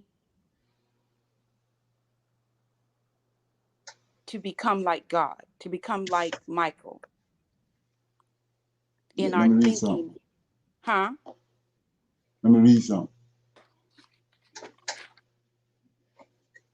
Like I said, when you understand this, then it just the whole New Testament thing just go out the window.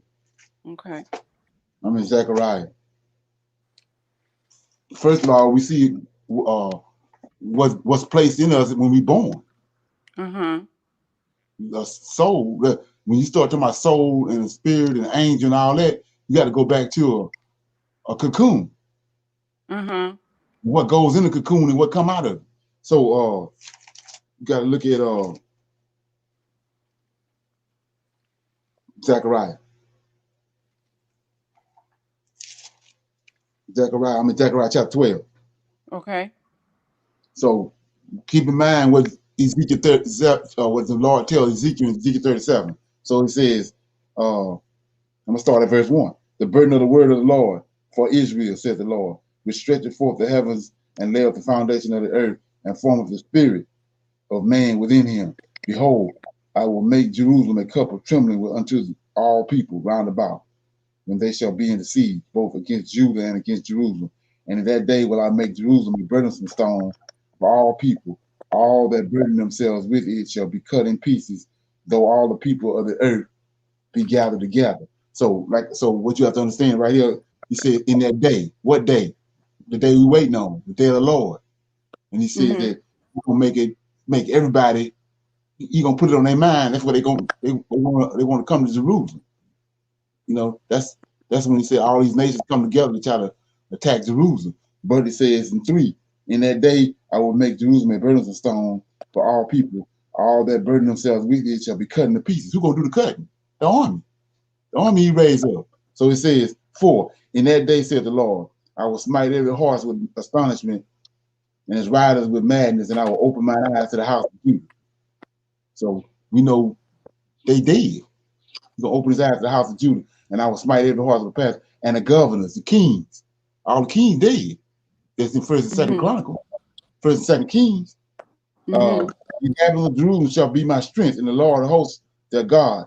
In that day will I make the kings of Judah like a heath of fire among the wood, and like a torch of fire in the sheath, and they shall devour all the people round about. That's what he's going to be doing in verse 3, cutting in pieces. 7, the Lord shall save the tents of Judah first, that the glory of the house of David and the glory of the inhabitants of Jerusalem do not magnify themselves against Judah.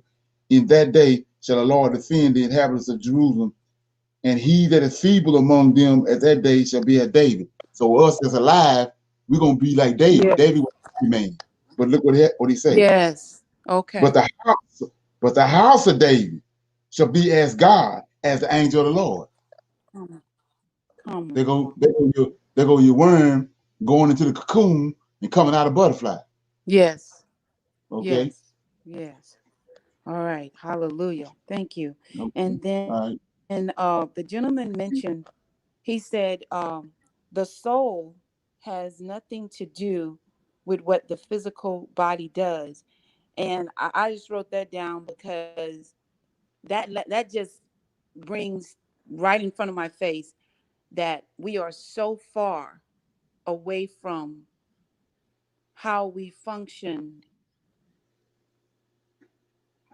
before we disobeyed.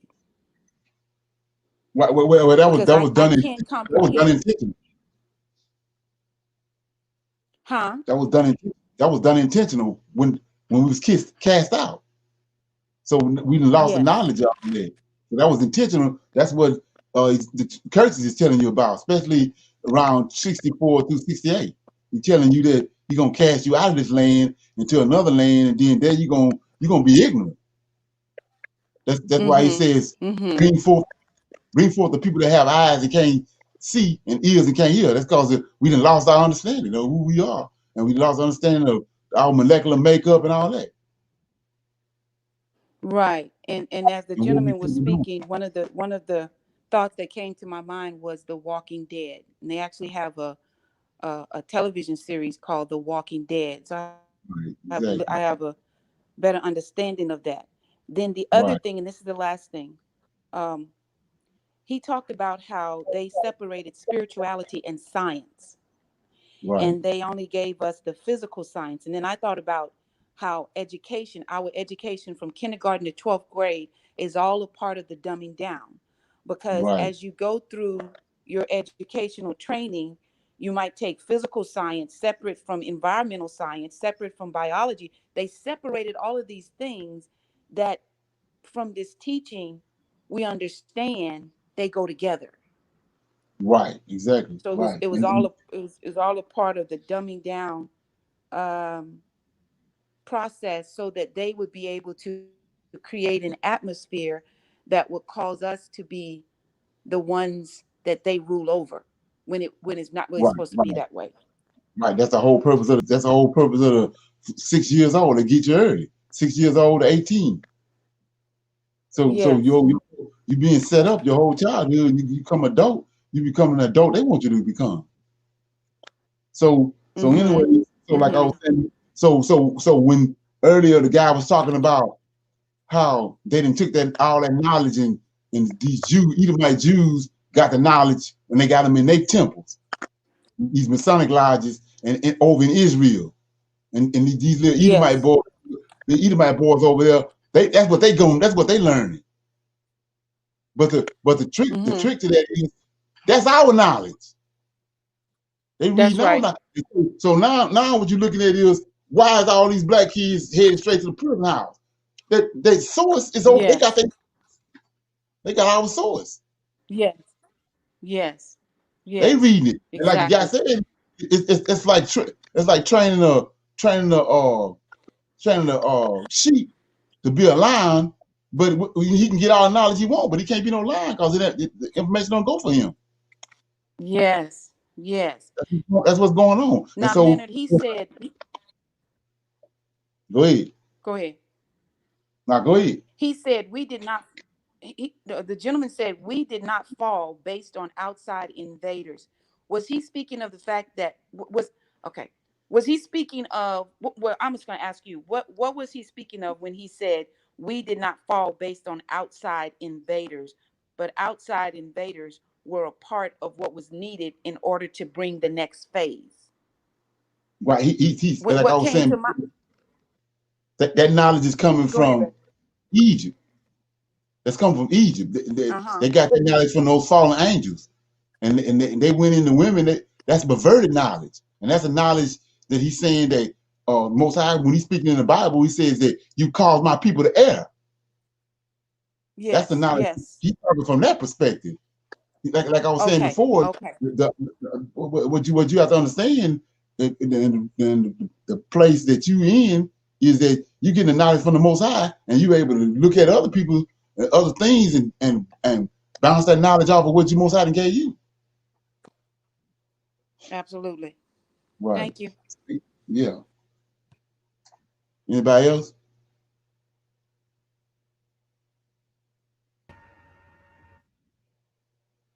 Okay, so I need clarity here. Okay. So the fallen or angels were already here before Genesis 1:1. Okay, so right. Okay, now and then as time goes by, then Adam and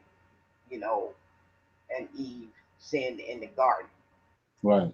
Okay, so I guess what I want to know is at what point in time was it a desire or a want to try and destroy Adam's seed? Was it before Genesis 1:1 or after Genesis? Or after Adam and Eve, I should say, after they sinned. I mean, because obviously she was enticed to do what she did, even though the choice was hers. Well, you have to put everything in perspective. Chronological order is before Genesis 1:1. I was telling you a whole solar system was operating, and then Satan was doing what he was doing. He tried to lift himself up over above what the Most High was doing, and the position the Most High had the Lord of hosts in. So that's what brought about the flood, and the Most High shut everything down. Then we pick it up, Genesis 1:1. They returning to it. Well, I showed you in the book of Bartholomew when Satan said he told Bartholomew, put your foot on his neck and make him tell you what happened in the beginning. Then Satan told him, we was cast out of heaven. So we picking it right back up where the fall happened at. He said we was cast out of heaven into outer darkness. Him and that 1/3 of angels, they were just out in outer darkness, couldn't even move. Wasn't no light. They were just out there. We don't know how long they was out there. Then we know that it tells you in the Genesis that a light shined. A light came, which is out of heaven, shine on the earth. When that light shined on the earth, it lit it up, it woke them up. They was in outer darkness just floating. So then when the light came to the earth, he doing his thing with Adam and Eve and all them. They show up to the light. That's when he come in the garden. And so what is the Most High doing? He making humans.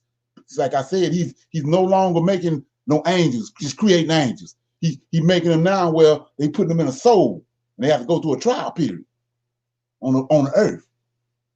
And then at the end is when he gonna do what he gonna do and resurrect all of them.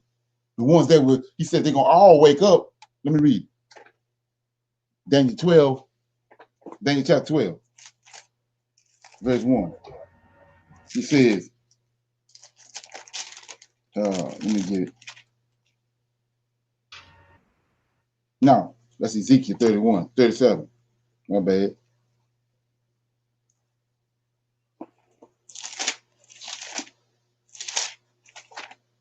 Ezekiel 37 says, you see, I'm all over the place, man.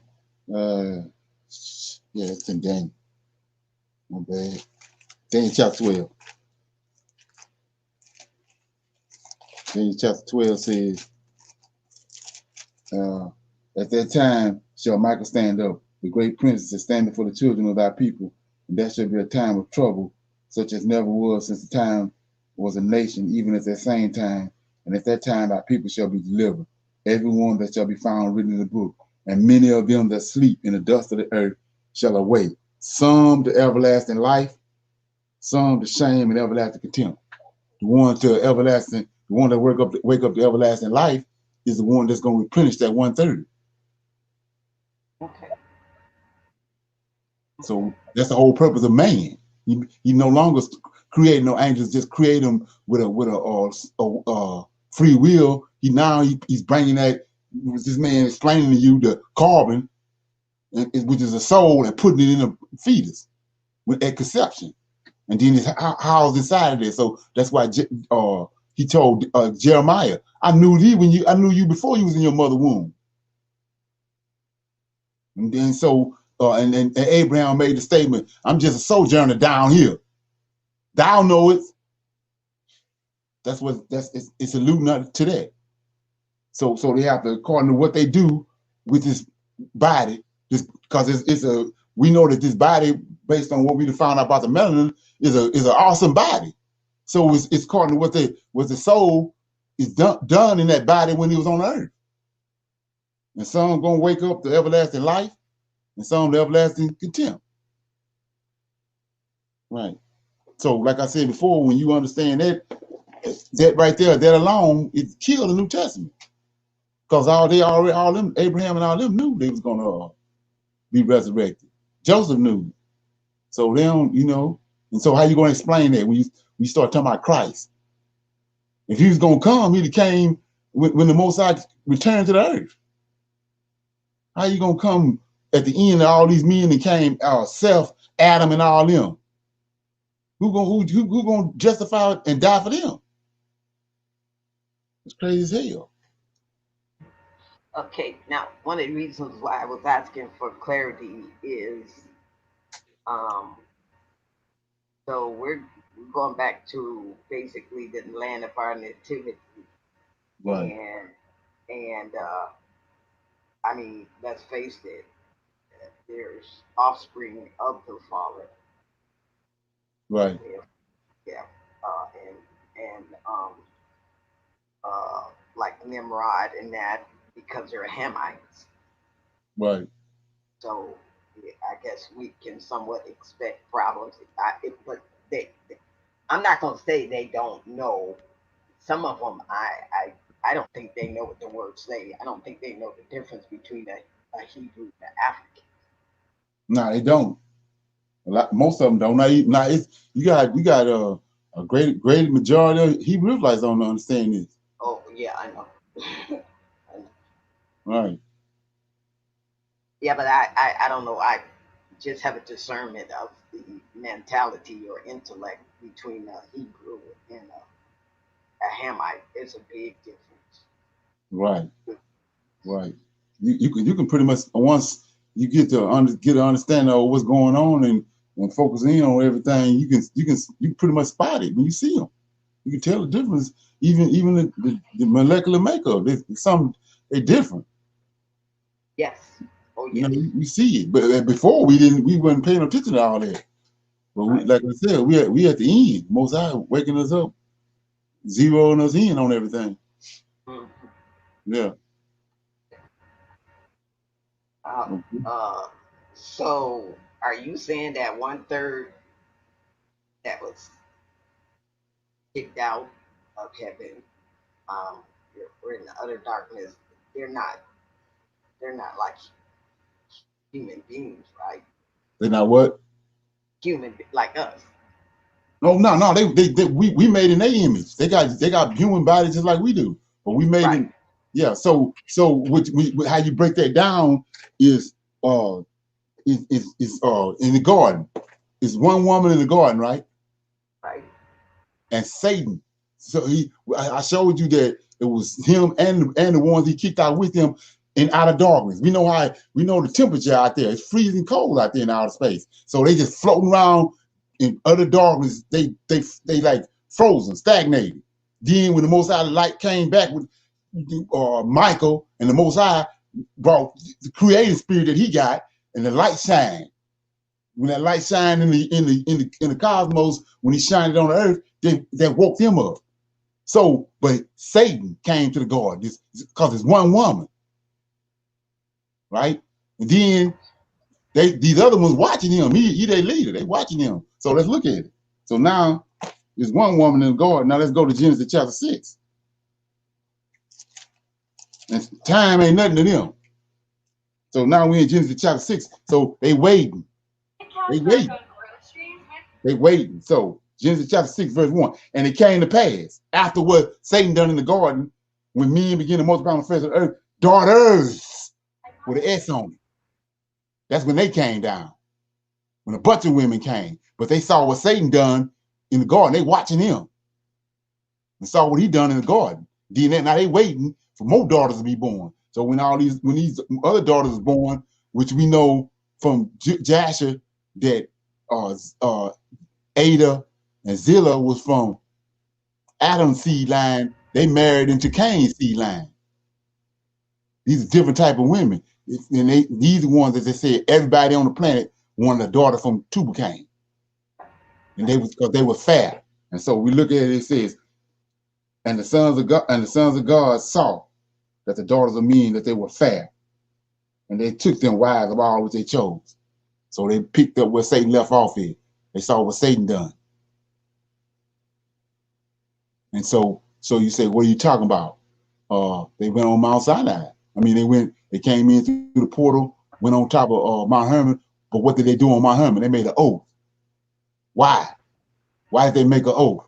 Because they know what happened before the flood. And what the Most High done to Satan. So they said, well, I ain't finna go. I want to do what he done, but I ain't finna do it by myself.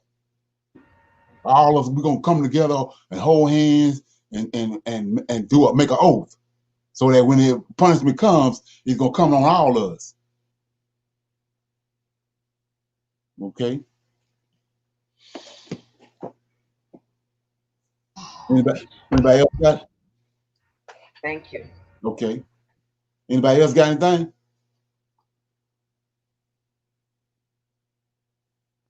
Okay. Yeah. So we passed the 2 hour mark. I'm gonna close it down right here, and we're gonna pick back up tonight at 6 o'clock for to close out the Shabbat.